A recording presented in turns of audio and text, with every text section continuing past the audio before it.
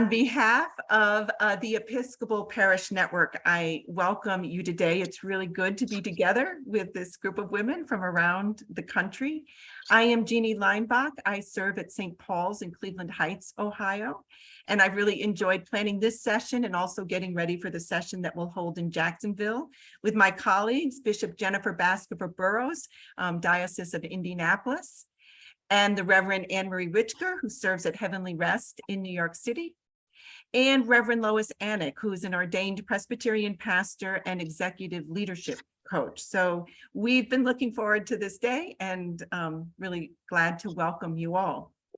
I do want to take a moment to remember the Reverend Verna Fair. Verna served at St. John's in Naperville, Illinois before retiring, and she registered for this gathering, but sadly she died last week. So we keep her family in our prayers, and may she rest in peace. So Lois is going to get us started. She's going to set the stage for our discussion, and then we'll have breakout groups. We'll come back together to share with one another and wrap up and look forward to Jacksonville. Anne-Marie mentioned that she is recording just the opening remarks. We ask that you do remain muted unless you're speaking. And also when we come back together, if you can use the hand raise function if you would like to comment. So I think we're ready to go, and I'll turn it over to Lois. Great, thank you, Jeanne. Good morning, everyone, wherever you're from. Those of you on Pacific time, bless your hearts for being up and at 'em so early. It's wonderful to be with everyone. I was absolutely thrilled when Jeanne asked me if I would help facilitate this, because I am, as an executive leadership coach, talking to people all day long, and the pandemic and recovery from the pandemic is a huge topic of conversation. I work with helping professionals in a variety of professions, but I have a very large cohort of pastors, and particularly women pastors, that I coach.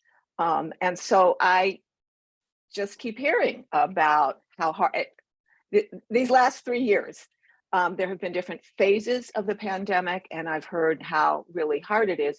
But what's interesting to me is that while we are considering this an endemic, and a lot of things have opened up and things certainly seem more hopeful, there is still some residual trauma. And that's really what I'm interested in, is helping people to deal with that residual trauma. It's so funny, yesterday, Ash Wednesday, I talked to a beloved colleague who has been phenomenally creative in these last 3 years, pivoting like crazy, doing wonderful things, who said, I am so burnt out. Like at this point, and sometimes we get to that when we can deal with crises, we can gird our loins and deal with them, but then after the fact, it really hits us. And this person was really hit. And I went at noontime, I swim laps, and I went to the pool, and I heard 2 dear old women in the lane next to me who were saying, this has been so awful. The isolation has been so awful. I'm so happy to be out and to be connected to people again. I thought, oh, there it is. So there is a lot of, there are residual feelings and residual experiences. Now, the thing that I want to be really clear about is that everyone has experienced this differently. We have some general themes that we could visit, but the reality is each one of us has experienced this in our own unique way. And so I want to really invite people and encourage people to claim that, like, just because I've experienced it this way doesn't mean you have to. And in our conversations, to respect that diversity and say, oh, okay, we all sort of had a different piece of this. But just to revisit some themes, which probably I don't need to tell you, but many of us were building the plane while we were flying it. That was really hard stuff. There was no manual. And every time I would coach or do a workshop on this, people were like, what's the answer? What's the solution? Give us the magic bullet. And there was none. There was no manual. And I think that it was so disconcerting. I guarantee you that everybody on this call is a high achiever.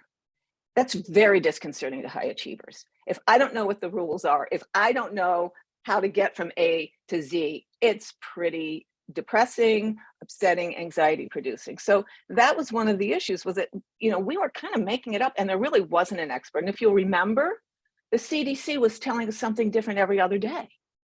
So I was getting whiplash from the different reports, like, what do we do? Can you remember the insanity of way back when we were washing like our groceries or quarantining our Amazon deliveries? For heaven's sake, what lunacy. But we didn't know, nobody knew.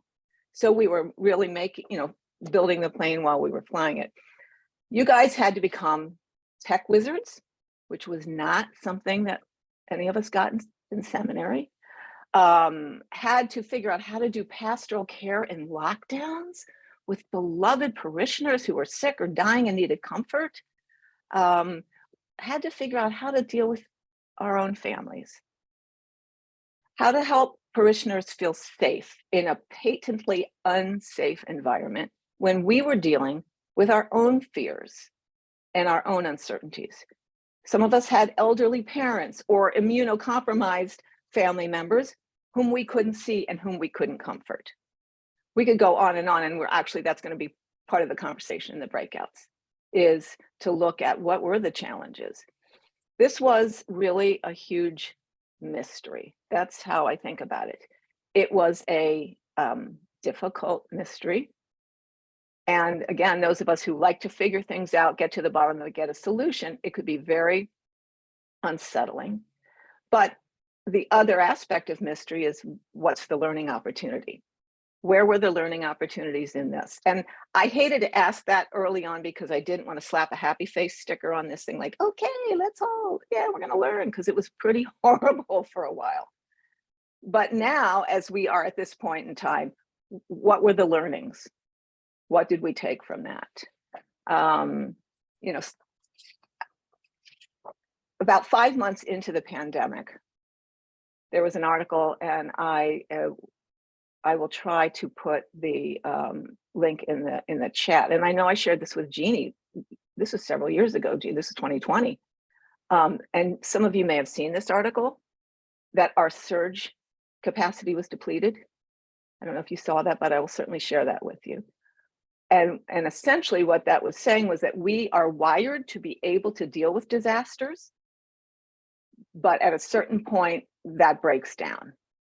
So it's if you think in terms of neuroscience, the fight or flight phenomenon, right? We are enabled to fight or to flee from a dangerous situation, but when it becomes chronic, now we have stress that affects our bodies, our minds, our spirits. And I think that's really a lot of what happened. We were all brave soldiers. We were pivoting. I got so sick of the word pivoting, by the way. Ugh. And also sick of the word unprecedented. Like, all right, already. Yeah, we know. But we did. We were nimble, we worked, we tried, and finally it really broke down. As I reread the article, I couldn't believe it. This was like written in 2020. I was like, in some respects, I think we are still struggling with the issue of surge capacity, because now so at the same time, we had the pandemic, we had George Floyd's murder, and we had to make decisions about, do I go out into the street to protest? We had that. Now we have had continued murders. We have had, we have climate change. We have lots of different disasters going on. So we layer that on. And the question for me is, what is our capacity? Has that surge capacity been so depleted? And how do we build it up? And so the issue really is building up our resilience bank. And that's really, really important. At this point, a lot of us are struggling, or I'm not anymore in the parish, but a lot of you are struggling with, where are the people? They're not back in the pews. How do we do church? Our coffers are being affected. You know, people aren't giving as much. People are online in their pajamas. We don't know what this community is anymore. And so that becomes the new dilemma of, how do we do church? What is our identity in the post-pandemic world? And who are we as churches? I think it's really a profoundly identity question. Who are we now? Who is God calling us to be as we move forward? And the other issues, let's let's be honest, it may be an endemic, but hundreds of people a day are still dying of this. And there's still, it's not at all clear, somewhere between 500,000 and 4 million people, they're not clear, have long COVID, and it's tragic. So how are we dealing now with all of that? How do we move on with hope, but be realistic? I think of the Stockdale syndrome, which if you've read Good to Great, you know about Admiral Stockdale, who was imprisoned in what they called the Hanoi Hilton during the Vietnam War. And he pointed out that the people who perished were the optimists, because they kept thinking, we're going to get out by Christmas. We're going to get out next month. And what the lesson that was drawn from this was, we can't confuse faith that we will ultimately prevail. And I think this is the whole issue, of teleology, of God is working God's purposes out. We cannot lose faith in that, while also accepting the facts of what's going on. So there's this incredible balancing act of who we see ourselves as God's beloved children, what God is working out in the world, and what the reality of our lives are. And so there's a certain amount of acceptance needed of what the facts are. And I think one of the things that I certainly learned was the limits of what we really know. We thought a lot of things were certain that were not certain. So how do we deal with that faithfully? I think about this, I thought about this yesterday, like as resurrection people, how do we deal with this? I think the other issue is there's still the issue of masks versus not masks, all of that. Did you have COVID? Did you not have COVID? One of the phenomenon I heard a lot about over the years in coaching people was COVID shame. And so I think we still need to be aware of that and not have COVID shame. So that if I got COVID, then I felt ashamed because, maybe I didn't take good enough care of myself. Or if I didn't, then maybe I was like, I'm too limited in my life. The same thing can happen with masks. So I think we need to think about how to take away that issue of COVID shame. It was real. I heard it from a lot of people.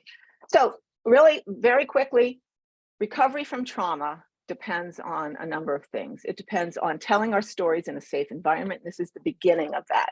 This is the precursor to Jacksonville. And then hopefully many more conversations among you will arise. It's telling your story in a safe environment and finding meaning in that story. It's staying very present in the present moment. That's also recovery from trauma, staying present in the body. It's being supported in community. I think that's pretty much it. So today you're going to have an opportunity to practice being in community. Just a few group norms if possible. Obviously confidentiality, that what is said here stays here. Also, that there not be any prescriptive talk. In other words, what you ought to do. So I statements versus you statements. And understanding that every one of us has had a very different experience of this and is continuing to process this in different ways. I think that would be pretty much it. And when we come back, I'm going to talk some about, because one of the things we want to think about is moving into new rhythms, how to build our resilience reserves so that as we live into new rhythms. So we'll talk about that. Your very first question is, and because Anne-Marie's going to shepherd you into breakout rooms, and she's going to send the questions in after you. And by the way, there's a ton of questions, and we're probably not going to get through all of them. But what I would invite you to do is copy them, because you might want to use them in your prayer journaling. Who knows if that appeals to you? I don't know. But the first question is, what were your challenges in dealing with COVID? And how did those change over the course of these last 3 years? Okay. And then the rest, let me make sure that I have that correctly. Yeah, what have been your greatest personal and professional? So it's not just professional. It might be like, I had a pandemic baby, or I had to homeschool 3 kids while I was running a parish. So what were your personal and professional challenges, and how have those changed over the last 3 years? And with that, I'm going to leave it to Anne Marie to put you in your breakouts. Thank you so much, Anne Marie, for doing that. And we will be back in 20 minutes.